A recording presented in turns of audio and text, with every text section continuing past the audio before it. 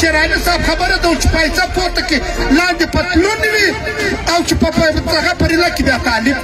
اصلي کارپېټ چې دا په کمره کې اواره یا اصلي غالۍ د دې قیمت قسم ټکه 15 لکه روپۍ دی د پښتانه قیمت دا ټیم دوی 15 لکه ولګوي چې تا خو پرون پر عصمت څو او زموږ پر نورو ملګرو باندې تشدد وکړئ بې عزته دي کړ چې دا ملک چلوي هغه خو پرون بلم په زوره پاس کوي هغه خو سپریم کورټ هم تر خپلو ګوټو لاندې کوي زنانې په دې تمه ناستې چې آیا زما مېړه ستا که نه سته مړ دی که ژوندی دا کومه چې په دې جرګه کې موږ ته بلنه راکړله او بیا خاص کر د عوامي نیشنل پارټۍ او د انډیم او د پښتونخوا نیشنل پارټۍ شکریا دویم چل په دې ادا کومه بیا زما دپاره ولموږ ځو دا زموږ ستونزې ده دا د اسفندیار نه ده دا دغه د پښتانه ستونزې ده نو دوی رالو زه یې واره بیا د دې پارټیانو شکریا ادا کوم دا چې کومې جرګې دي یا دا کومې ستونزې چې دي عزیزانو دا یکړ نه پی ټي ایم حل کوی سي نه پښتونخوا نیشنل پارټۍ حل کوی سي نه عوامي نیشنل پارټۍ حل کوی سي نه انډیم نه جماعت علماء اسلام نه تحریک انصاف نه نورې پارټیانې دا به پښتون یو موټی کېږي بیا به د دښمنو مخ ته درېږي زموږ دښمن ډېر طاقتور او ډېر چالاکه دی زموږ دښمن څوک دی د دې ملک هغه انټلیجنس ادارې دي چې هغه اس آی او ایم آی ورته وایي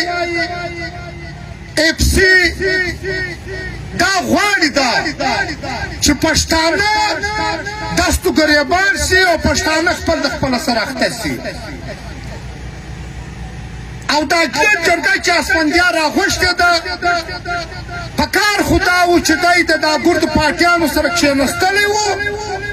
او دا جرګه دومره غټه جرګه سوې وه چې دا د لورلایي یو نماینده جرګه سوې وله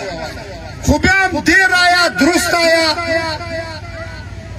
د هغه جرګه باید چې اوس پر مخ باندې تګ وکړي په نورو کلو کې د لورلایي په هر ځای کې د ژوب د شیراني په هر ځای کې باید چې دا جرګې وسي عزیزانو دلته چې د طالب په نامه څوک راځي دلته طالب نسته دلته دا ستا پر معدنیاتو باندې ستا پر وسایلو باندې د دې ځای د فوج نظر دی هغه خپل خلک ته راستوي د په کوم نامه یې راستوي په کوم نامه یې راستوي د دې دپاره پکار دا دی عثمان لالا به یو خبره کوله چې نیشنل ایجنډا د نیشنل ایجنډې مطلب هم دا دی چې ټوله پښتانه او ټولې پارټیانې پر یوه ځای دا نه خالد جلالزی د دې مقابله کولی سي نه ناصر کولی سي نه عثمان خیل کولی سي نه بل داسې کار کولی سي دا چې موږ ګرده یو سو بیا د دې مقابله کېږي او د ټولو د مخه عزیزانو پرون ته یې ویلدم چې پرون په دې لورلایي کې زموږ د ملګرو سره کم کار وسو زه اوس هم دا وایم زه نه ډي سي یادوم زه نه ډي اس پي یادوم نه زه ایس پي یادوم د دې غریبانو په لاس کې شی سته هم نه زه نه ګیله جن کوم دا چې د دوی کم باداران دي زه هغو ته دا وایم چې تا خو پرون پر عصمت څو او زموږ پر نورو ملګرو باندې تشدد وکړئ بې عزته دې کړ حالانکې ستا د ملک آیین او قانون دا وایي چې وار سړي ته د خپل د حق اواز پورته کولی سي او خبره کولی سي لیکن زموږ د ملک باداران چې هغه چې دا ملک چلوي هغه خو پرون بلم په زوره پاس کوي هغه خو سپریم کورټ هم د خپلو ګوټو لاندې کوي نو بیا به دلته نور قانون به څه شي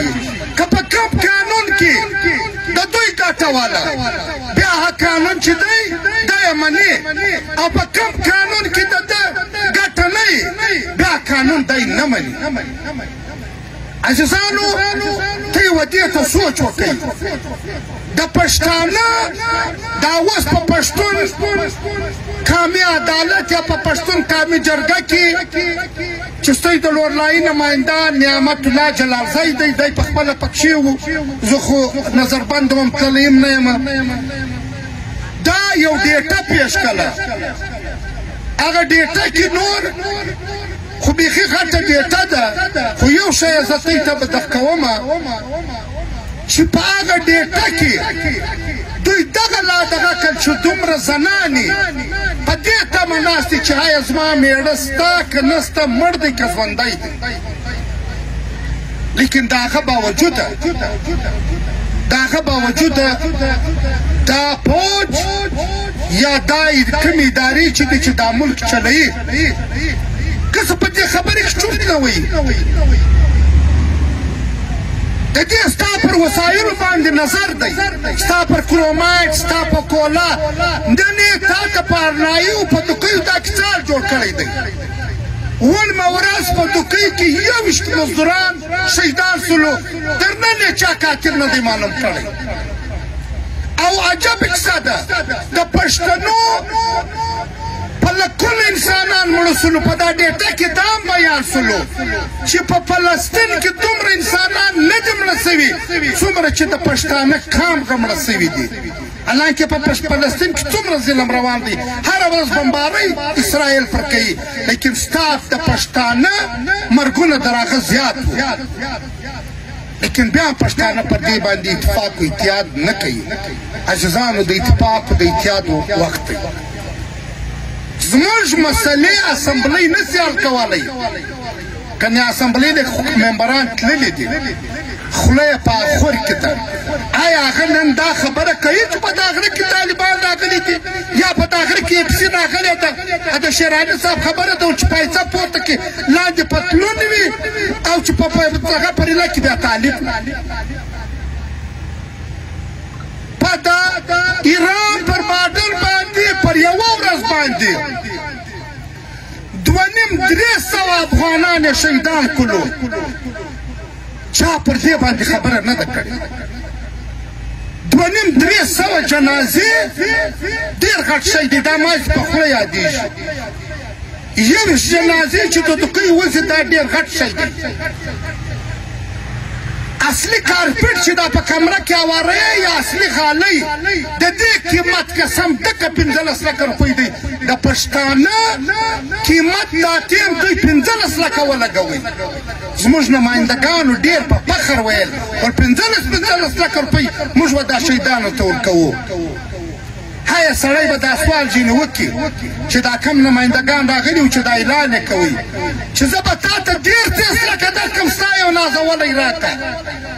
زه به ستا نازولی خالي درګوټ کړم دروازنم بیم نه زه به 10 لکه روپۍ درکړم